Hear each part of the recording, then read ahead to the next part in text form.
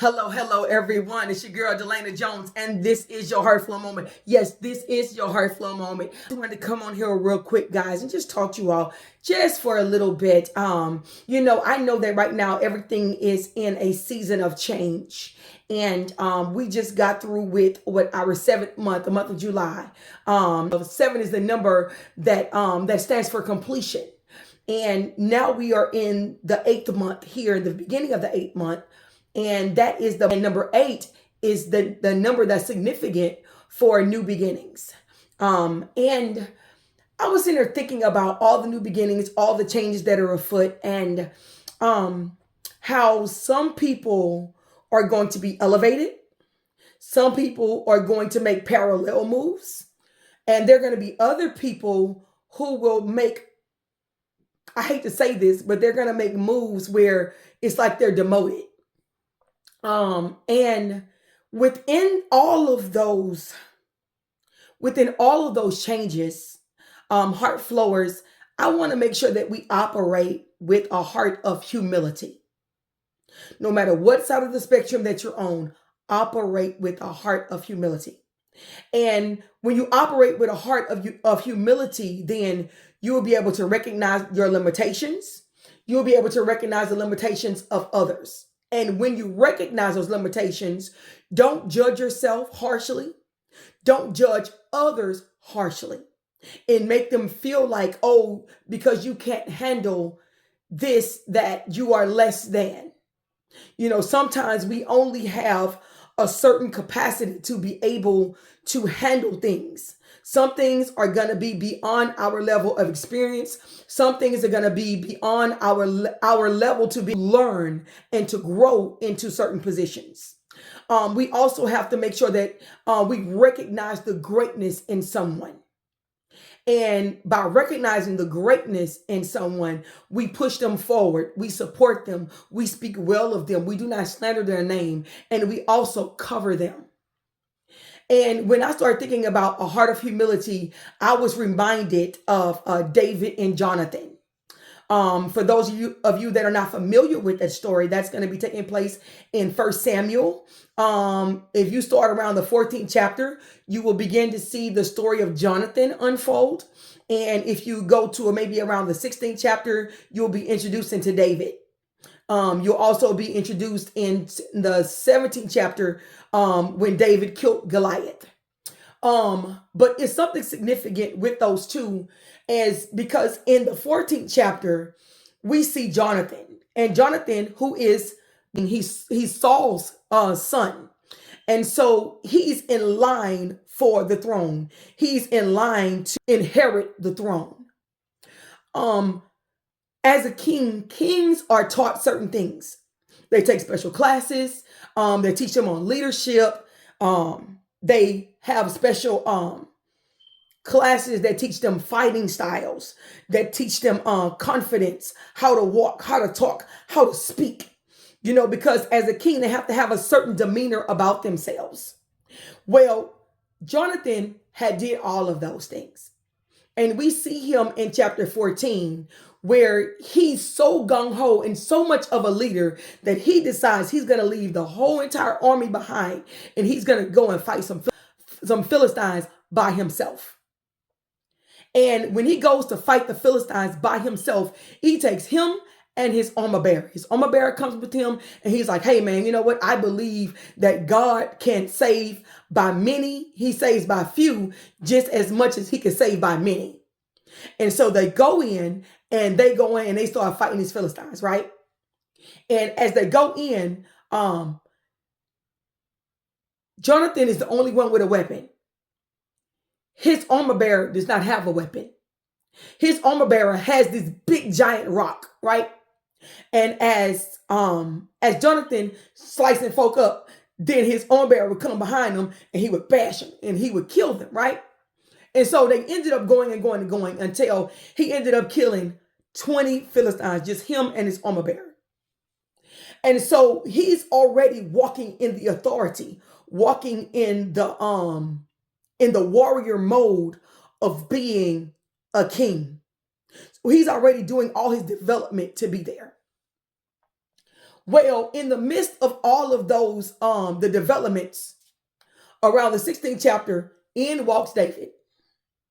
And I believe the first time Jonathan saw him was like in the 17th chapter. And David comes and he has the exact same, almost the exact same charisma as Jonathan displayed in the 14th chapter. The only difference was David was a lot more poetic. David has more charisma and he's a lot more bold. He's even bolder than Jonathan is. And so he goes, boom, he takes the stone and he kills Goliath, cuts his head off, and then they go out and they begin to fight the rest of the Philistine army that is fleeing. And when he comes back from the battle, Jonathan looks upon him. And Jonathan's like, man, this dude, and I know in his mind he's thinking, this dude is just like me. Like he's like a dope little brother, you know?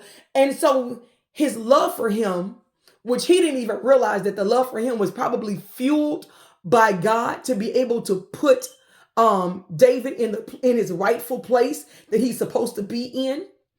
And so he loved him so much to where he said, you know what? Here, take my robe, take my armor, take my sword. And he gave him all of those things. And all of the things that he gave him is that were meant for a king. And so by him giving that, that was almost like a position of saying, hey, I give up my position. I surrender this to you because I see that you are you're swifter than me. You have more wisdom than I do. You have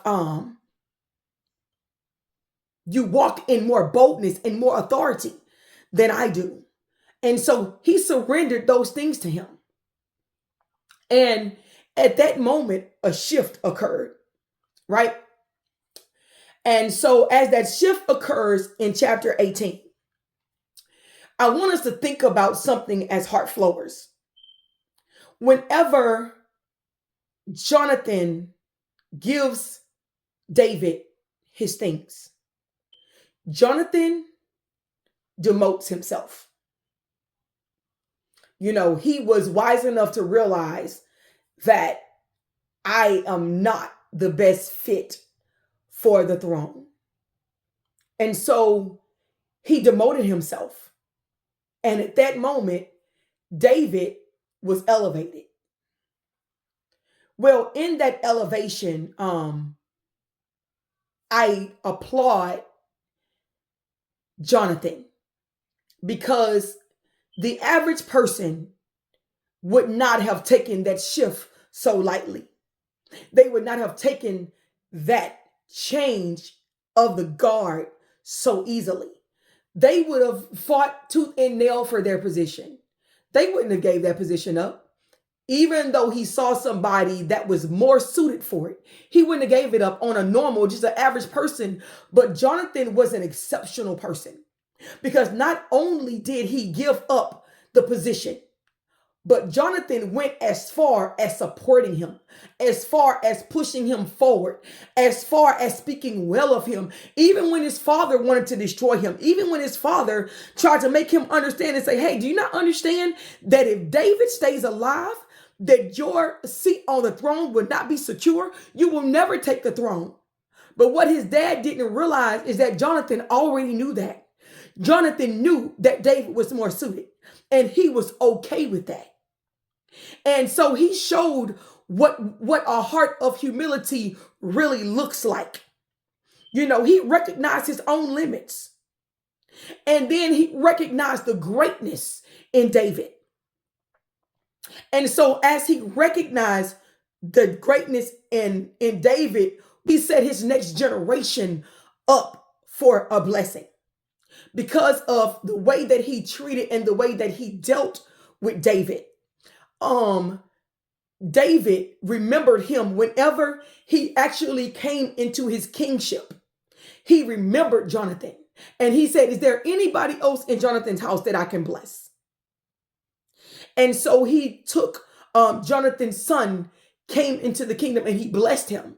And so Jonathan's son actually ended up with a king's reward or a kingdom lifestyle simply because of the humility that his father had.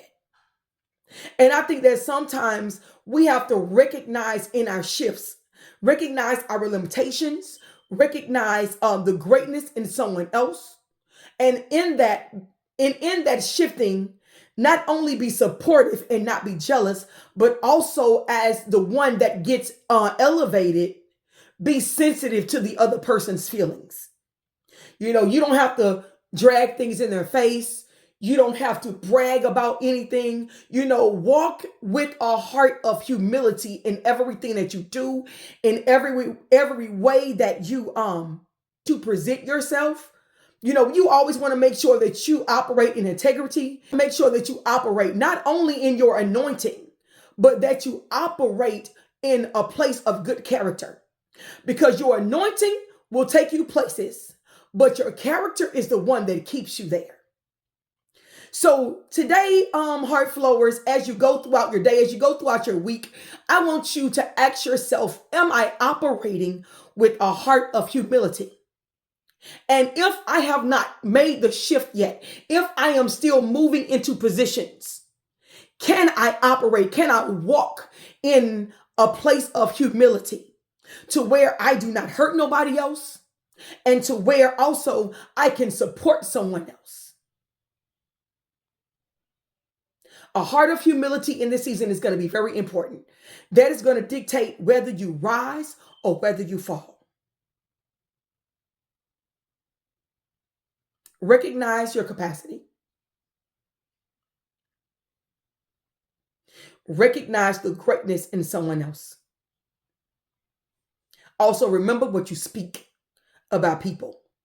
Remember to not slander anybody, and remember to cover people. Because when you cover, God will bless. When you speak well of someone, God will bless you. Don't speak ill of somebody in this season. Make sure that you operate in complete integrity, because the kingdom is yours. The kingdom is sitting right here in your hands. And the way that you present yourself and the way that you operate is going to dictate whether or not you stay in a kingdom's space or you get demoted right back down to the beginning. Because if you are not ready for it, then you will never, ever be able to walk into it, nor will you be able to keep it and sustain it when you get there. So that's all I got for you all today. I just wanted to come on here and talk to you all to make sure that you walk in a heart of humility. As a matter of fact, put that in the chat. Put that in the chat. I will walk with a heart of humility. I will walk with a heart of humility. There are things that God wants to do for you in your life. And I believe that if we remain humble and we keep our hearts humble and we keep our hearts pure in this season, that God will definitely bless us.